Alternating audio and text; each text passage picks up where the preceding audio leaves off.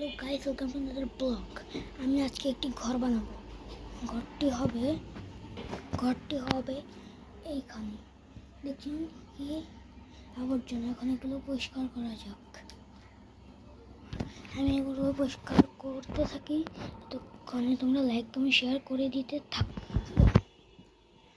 এই যে আমার এটাকে গোছানো শেষ হয়ে গিয়েছে, এখন একটুখানি এগুলো গোছানো পালা।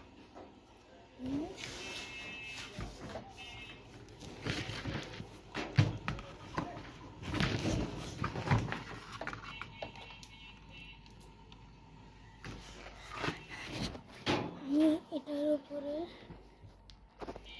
এটাকে ব্যবহার করব, তোমরা দেখতে থাকো।